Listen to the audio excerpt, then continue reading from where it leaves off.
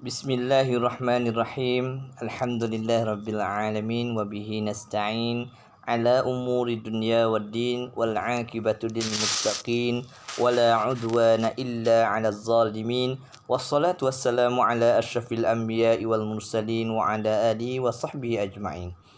Alhamdulillah, pertama kali dan selama-lamanya marilah kita bersyukur kehadrat Allah Subhanahu wa taala kerana dengan limpah inayahnya dan kurniaannya maka kita pada hari ini masih lagi diberikan Allah pernafasan yang baik untuk kita dan teruskan kehidupan kita ini, insya-Allah. Jadi Ustaz Muhammad bin Abbas mengajar di SK Langkap lah. Jadi pada tahun ini Ustaz akan mengajar pendidikan Islam bagi tahun 6. Jadi Ustaz harap Ustaz ucapkan selamat pagi dan mengharapkan kepada semua murid-murid Ustaz terutama tahun 6 ini supaya sentiasa dalam keadaan sihat dan dalam limpahan rahmat Allah Ta'ala sehari-harian, insya-Allah. Jadi untuk PDPR kita pada pagi ini, insya-Allah kita akan mulakan dengan tajuk akidah, iaitu pelajaran ke-7. Okey, boleh tengok dalam buku teks masing-masing. Jadi siapkan sedia dengan buku teks dan kita akan pandu ilmu kita ini pada pagi ini dengan pandukan kepada buku teks, insya-Allah. Iaitu tajuknya sifat-sifat Allah. Unit pertama Sin Mim Ain, apa dia? Sama'. Sama' bahasa Arab. Okey. Jadi sebelum kita lebih dalam lagi atau meneruskan lagi perbincangan kita pengajaran kita PDPR pada hari ini, insya-Allah Ustaz nak tanya sesuatu lah, iaitu ada tak di kalangan murid-murid kita, iaitu murid tahun 6 yang masih belum solat subuh pada hari ini? Seandainya belum, maka boleh laksanakan terlebih dahulu, barulah ikuti video PDPR yang Ustaz bagi ini. Kerana apabila kita tidak solat, maka keberkatan tiada dalam kehidupan kita sehari-harian. Jadi untuk itu Allah Ta'ala suruh kita sembahyang, kerana sembahyang itu adalah tiang agama, benda yang penting. Kalau rumah tidak ada tiang, maka runtuhlah. Jadi belilah perabot ke, belilah apa saja hiasan dan sebagainya untuk dapur, nak beli mozaik dan sebagainya, tapi kalau rumah tiada, maka tidak dapatlah kita buat dengan sempurna. Okey, begitu juga belajar. Belajar kalau kita tak semayang, maka tidak sempurnalah dan tidak dapat keberkatan dalam pembelajaran kita itu. Okey, teruskan insya-Allah. Jadi Ustaz harap semua boleh solat subuh secara baiklah, insya-Allah. Okey, seterusnya kita teruskan untuk sifat-sifat Allah bahagian sama', ya. Okey, sama'. Sama' ni maksudnya bahasa Arab. Maksudnya apa ni? Bahasa Arab, maksudnya ialah Allah Maha mendengar. Dari seperlahan-lahan ataupun sekecil-kecil bunyi. Kecil maksudnya perlahan lah. Paling perlahan bunyi dan juga paling kuat bunyi. Seperti bisikan dalam hati manusia pun Allah boleh dengar. Benda yang kita terbuku dalam hati kita, walaupun tanpa zahir dengan mulut, maka Allah tahu apa yang kita zahirkan, apa yang kita sembunyikan dalam hati kita itu. Okey, faham? Maksudnya sama' ini bermaksud Allah Maha mendengar segala sesuatu, walaupun dari sekecil-kecil bunyi, paling-paling perlahan bunyi pun, dan sehingga sekuat-kuat bunyi. Termasuk juga pada bisikan hati manusia tersebut.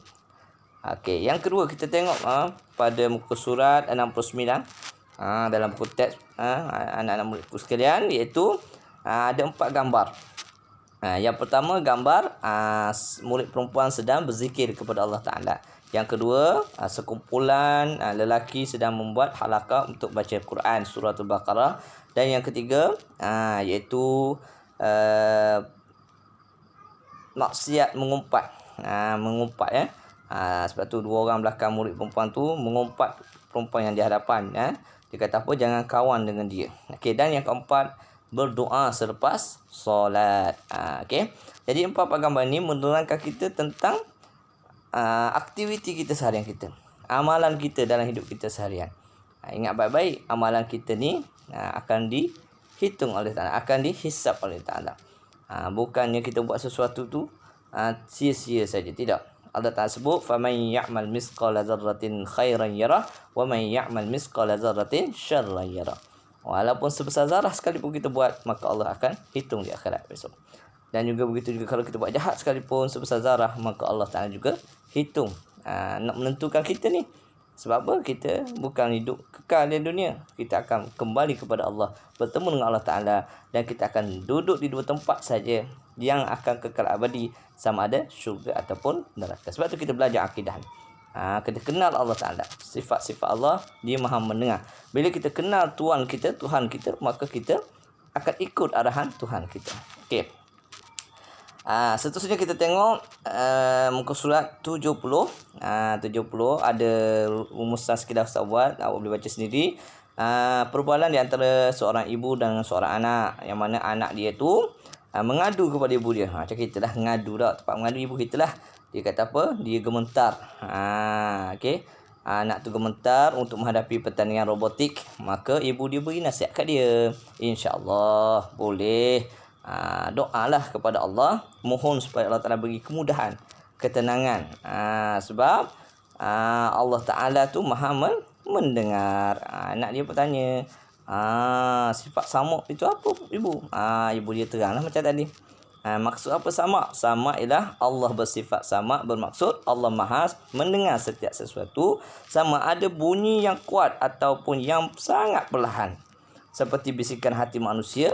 Tetapi pendengar Allah ni tidak sama dengan pendengar makhluk kita manusia, kerana pendengar Allah ni tidak perlukan panca indera, tidak perlukan alat. Dan pendengar Allah itu tidak terbatas. Lain dengan kita. Kita bezanya ialah terbatas. Macam ustaz, awak duk cakap sambil-sambil tengok video, duk cakap dengan adik-adik ke, kawan ke, ibu awak ke, kawan pula ibu awak ke, kakak awak di rumah ke. Jadi ustaz tak tahu. Sebab tak dengar, terbatas. Kita duduk berada di tempat yang jauh. Begitu juga bila kita bercakap, ustaz bercakap dalam dewan. Jadi ustaz bagi pengumuman ke, ustaz syarahan ke, maka ustaz gunakan mikrofon. Mikrofon itu sebagai satu alat untuk memberikan pendengaran kepada awak. Artinya memberikan input apa yang ustaz cakap tu awak dengar melalui mikrofon dan speaker lah. Okey, itu perbezaan dia. Maksudnya ada beza di antara samak manusia dengan samak Allah. Pendengaran mendengar itu beza. Okey.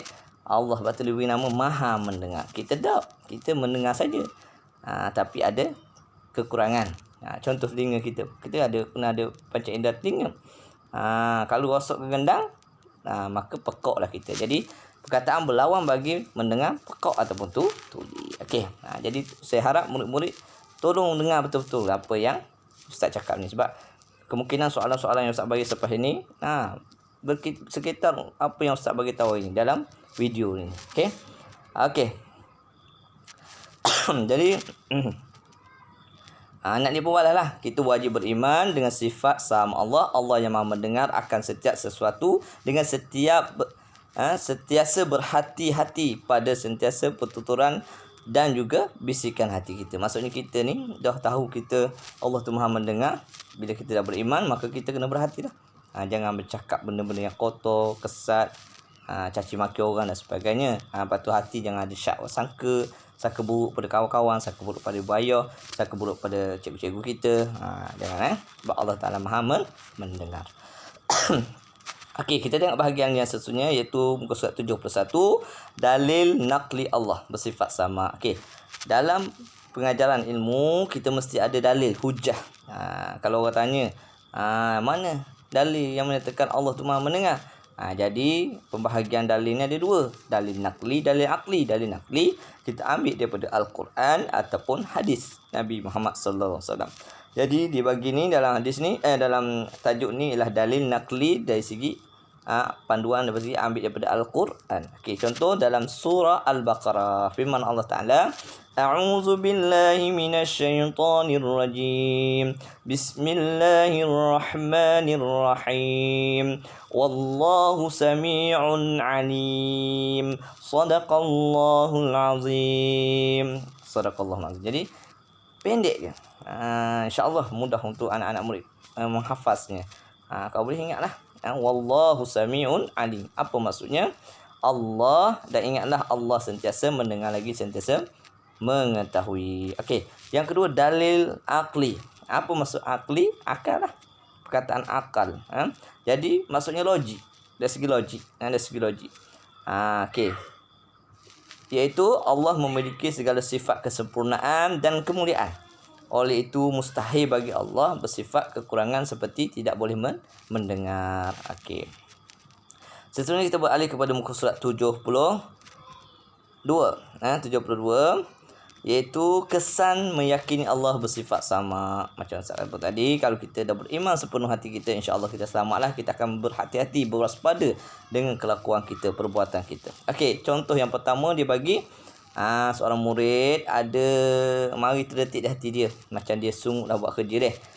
Contohnya okey, jadi yang pertama kesan dia menjaga pertuturan dan bisikan hati. Kalau cakap tak silap mengumpat, tak si caci orang, tak si fitnah orang dan sebagainya. Kalau bisikan hati pula, kalau contohnya buat kerja tu, jangan pula rasa tak puas hati.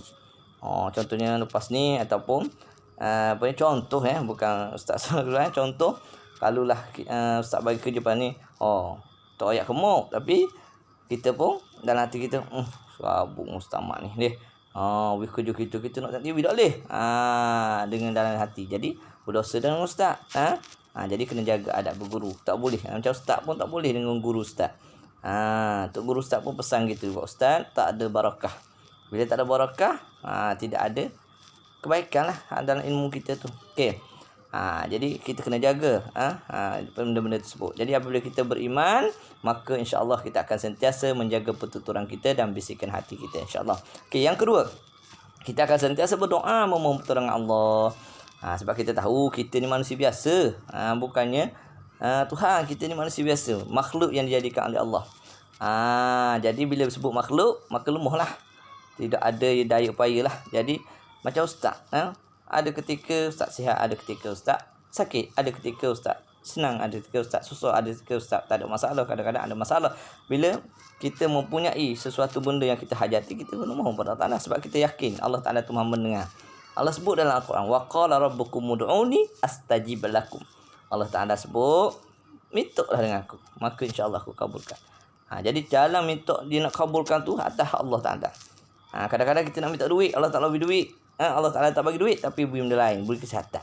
Takut bagi duit lagi, makan pelik-pelik, makan benda manis, makan jadi sakit, menyakit kecil manis dan sebagainya. Contoh, Allah Taala tahu yang terbaik untuk hamba dia. Okey, yang ketiga, menjadikan bacaan Al-Quran dan zikir sebagai amalan.